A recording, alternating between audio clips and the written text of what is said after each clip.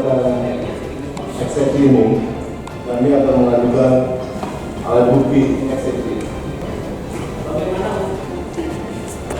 Dalam perkara pidana nomor 293/2022 PN Jakarta di pengadilan negeri Jakarta atas nama terdakwa Edi Mulyadi tentang pers disebutkan bahwa pers dinyatakan bahwa setiap orang berundang-undang nomor 40 tahun 1999 tentang pers disebutkan pers berhak mendirikan perusahaan pers dengan bentuknya harus berbadan hukum Indonesia. Sejak berlakunya Undang-Undang nomor 40 tahun 1999 tentang pers disebutkan bahwa surat izin usaha penerbitan pers atau yang dulu kita kenal SUPP atau SIU dan surat izin terbit sudah tidak diberlakukan lagi. Maka kebebasan tersebut tidak bisa dilimpahkan, diambil atau diserahkan kepada orang lain. Pengambil alih kebebasan seperti itu adalah bentuk dari perbudakan yang sudah barang tentu bertentangan dengan Undang-Undang Dasar tahun 1945 yang menyatakan menentang praktik penjajahan atau perbudakan. Oleh karena itu, Pasal 28 Undang-Undang Dasar tahun 1945 memberikan jaminan kebebasan berbicara, yaitu kemerdekaan berserikat dan berkumpul, mengeluarkan pikiran dengan lisan dan tulisan dan sebagainya ditetapkan dengan undang-undang. Selanjutnya dipertegas kembali lewat perubahan kedua pada pasal 28E ayat 2 yang berbunyi setiap orang berhak atas kebebasan meyakini kepercayaan, menyatakan pikiran dan sikap sesuai dengan hati nuraninya. Bahwa MOU Polri dan Dewan Pers nomor 2/DP/MOU/2 dan nomor B/15/11/2017 tentang koordinasi dalam perlindungan kemerdekaan pers dan penegakan hukum terkait penyalahgunaan profesi. Maka penyerahan pelanggaran atas pelapor Edi Mulyadi diserahkan kepolisian RI dalam hal ini Barreskrim Polri. Akan tetapi sebagai perusahaan pers yang mempunyai itikat baik, Forum News Network menyampaikan pemberitahuan melalui surat kepada Dewan Pers tentang penggunaan media sosial YouTube, Twitter, Facebook, dan Instagram sebagai produk dan sarana komunikasi resmi portal berita fnn.co.id. Dakwaan subsidiar. Penerapan pasal 14 ayat 2 Undang-Undang RI Nomor 1 Tahun 1946 tentang peraturan hukum pidana.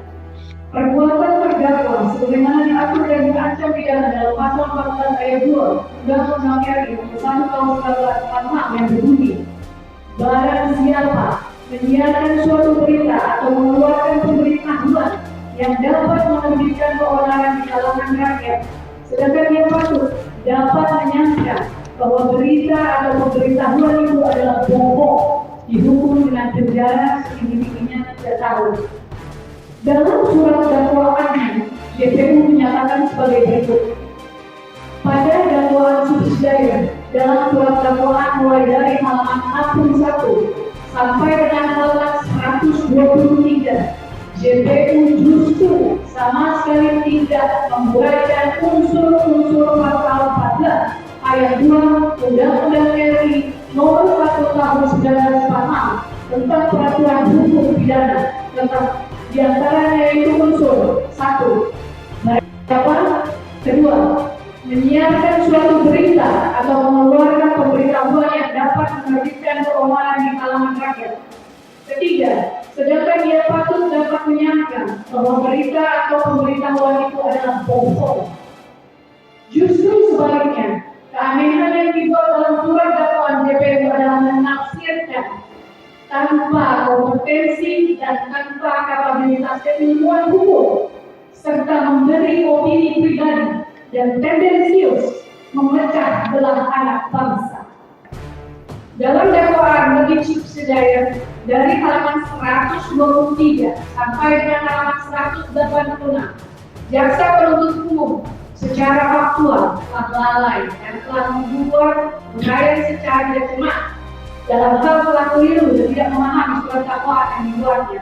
Surat dakwaan jaksa penuntut umum juga tidak jelas karena dalam surat dakwaan jaksa penuntut umum tidak harusnya merumuskan unsur-unsur delik yang didakwakan dan uraian perbuatan material atau fakta yang dilakukan terdakwa. Surat dakwaan jaksa penuntut umum juga tidak lengkap karena tidak mencakup semua unsur-unsur yang disebutkan oleh undang-undang secara lengkap dan tidak pidana yang didakwakan sebagaimana yang dimaksud dalam unsur pasal 15 Undang-Undang RI Nomor 1 Tahun 1996 tentang peraturan hukum pidana. Dalam hal ini nyata bahwa jaksa penuntut umum telah keliru dan tidak cermat karena tidak menguraikan rumusan unsur tidak pidana yang dilakukan kepada terdakwa karena terdapat ketidakcermatan JPU dalam memformulasikan perbuatan sebagaimana dimaksud dalam pasal 15 maka dakwaan jaksa penuntut umum adalah kabur atau obstruksible. Adapun pengertian dari cermat, jelas dan lengkap adalah sebagai berikut. 1. Cermat yang dimaksud adalah bahwa dalam surat dakwaan itu telah dipersiapkan sesuai dengan undang-undang yang berlaku. Bagi terdakwa tidak terdapat kekurangan atau kekeliruan. Penuntut umum sebelum membuat surat dakwaan selain harus memahami jalannya peristiwa yang dinilai sebagai suatu tindak pidana. 2. Jelas yang dimaksud adalah bahwa dalam surat dakwaan jaksa penuntut umum harus merumuskan unsur-unsur delik yang didakwakan dan uraian perbuatan material, fakta yang dilakukan terdakwa. Dalam hal ini tidak boleh memadukan dalam uraian dakwaan antar delik yang satu dengan yang lain, yang unsur-unsurnya berbeda satu dengan yang lain, atau antar uraian dakwaan yang harus menunjukkan pada uraian sebelumnya sedangkan unsur-unsurnya berbeda. 3. Lengkap yang dimaksud adalah bahwa surat dakwaan harus mencakup semua unsur-unsur yang ditentukan oleh undang-undang secara lengkap. Dalam uraian tidak boleh ada unsur delik yang tidak dirumuskan secara lengkap atau tidak diuraikan perbuatan materialnya secara tegas. Bahwa faktanya dalam surat dakwaan kedua dari halaman 186 sampai dengan 250, jaksa penuntut umum secara faktual telah lalai karena tidak membuat uraian secara cermat, dalam hal telah keliru dan tidak memahami surat dakwaan yang dibuatnya. Surat dakwaan jaksa penuntut umum juga tidak jelas karena surat dakwaan jaksa penuntut umum harus merumuskan unsur-unsur delik yang didakwakan dan uraian perbuatan material, fakta yang dilakukan terdakwa. Surat dakwaan jaksa penuntut umum juga tidak lengkap karena tidak mencakup semua unsur-unsur yang ditentukan oleh undang-undang secara lengkap mengenai tindak pidana yang didakwakan sebagaimana yang dimaksud dalam unsur-unsur pasal 45 ayat 2, junto pasal 28 ayat 2 Undang-Undang Nomor 19 Tahun 2016 atas perubahan Undang-Undang Nomor 11 Tahun 2008 tentang informasi dan transaksi elektronik. Dalam hal ini nyata bahwa jaksa penuntut umum telah keliru dan tidak cermat serta tidak menguraikan rumusan-rumusan unsur tindak pidana yang didakwakan kepada terdakwa. Dan karena terdapat ketidakcermatan JPU dalam hal memformulasikan perbuatan sebagaimana dalam pasal 45A ayat 2 junto pasal 28 ayat 2 Undang-Undang Nomor 19 Tahun 2016 atas perubahan Undang-Undang Nomor 11 Tahun 2008 tentang informasi dan transaksi elektronik, maka dakwaan jaksa penuntut umum adalah kabur atau obscur liber sehingga surat dakwaan adalah batal demi hukum. Selain kesalahan dalam menguraikan lokasi perbuatan atau locus delicti, JPU juga salah dalam hal menguraikan keterangan waktu atau tempus delicti karena 4 link tersebut dibuat dalam waktu yang sangat berbeda dari apa yang didakwakan oleh JPU dalam surat dakwaan. Dengan demikian, sehingga jelas sekali bahwa JPU tidak cermat dalam membuat syarat dakwaan perkara akurat. Syarat material suatu dakwaan jelas termuat dalam pasal 143 ayat 2 huruf B KUHP bahwa surat dakwaan harus memuat uraian cermat, jelas dan lengkap mengenai tindak pidana yang didakwakan dengan menyebutkan waktu atau tempus delicti dan tempat tindak pidana itu dilakukan atau locus delicti. Adapun pengertian dari cermat, jelas dan lengkap adalah sebagai berikut. 1. Cermat dan seterusnya dianggap dibacakan. 2. Jelas dan seterusnya dianggap dibacakan. 3. Lengkap dan seterusnya dianggap dibacakan. Bahwa faktanya dalam surat dakwaan ketiga dari halaman 250 sampai dengan halaman 313, jaksa penuntut umum secara faktual telah lalai karena tidak memuat uraian secara cermat dalam hal telah keliru dan tidak memahami surat dakwaan yang dibuatnya. Surat dakwaan jaksa penuntut umum juga tidak jelas karena surat dakwaan jaksa penuntut umum harus merumuskan unsur-unsur delik yang didakwakan dan uraian perbuatan material atau fakta yang dilakukan terdakwa.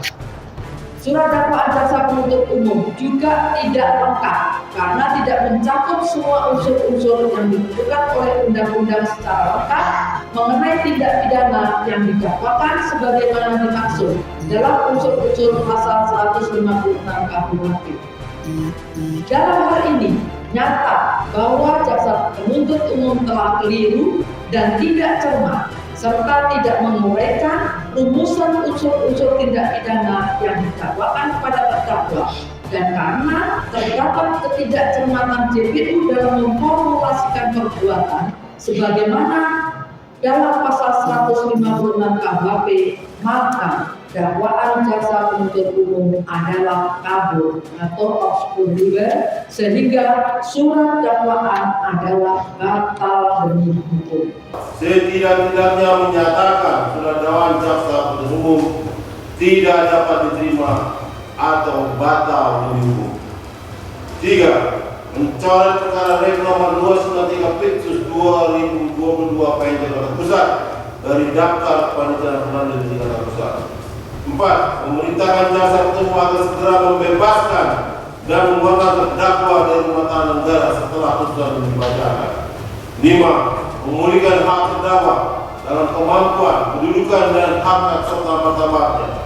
6. Membebankan biaya perkara pada negara.